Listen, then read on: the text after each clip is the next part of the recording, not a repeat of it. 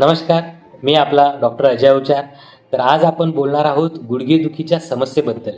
तर गुडघेदुखी असणाऱ्यांनी नेमकं जेवणामध्ये काय घ्यावं, काय टाळावं, आपल्याला कोणते व्यायाम केल्याने आपल्याला सांधेदुखीवरती, गुडघेदुखीवरती आपल्याला आराम मिळू शकतो, हे सगळं आपण आज या व्हिडिओच्या माध्यमातून जाणून घेणार आहोत.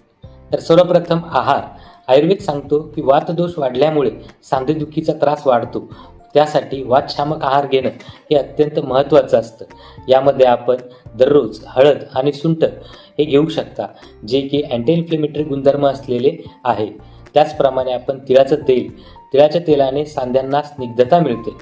गहू, नाचणी, ज्वारी हे उष्ण गुणधर्म असलेले धान्य आहे, ज्यामुळे उष्णता वाढून वाताचे शमन करण्यासाठी मदत होते. त्याचप्रमाणे आपण प्रोटीनयुक्त असे कडधान्यसुद्धा घेऊ शकता.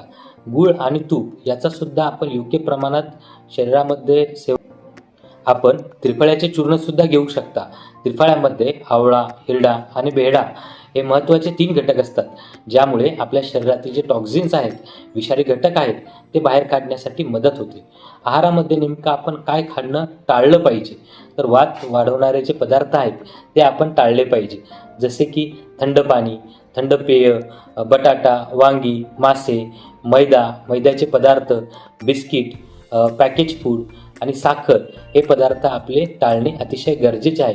त्याचप्रमाणे आपण आपल्या स्वतःनुसार बघू शकता की कोणते पदार्थ खाल्ल्यानंतर आपल्याला त्रास होतो, तर ते पदार्थ आपण बंद करावे.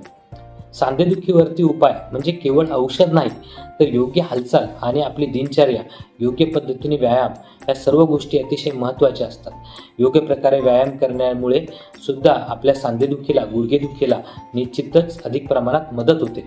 त्यासाठी तुम्ही रोज सकाळी लवकर उठून सूर्यनमस्कार करू शकता, ज्यामुळे आपल्या सांध्यांना लवचिकता प्रदान होते. बद्धकोनासन हे एक आसन आहे, ज्यामुळे पण तुमच्या गुडघ्यांभोवतीचा रक्तप्रवाह हा वाढवण्यास मदत होते.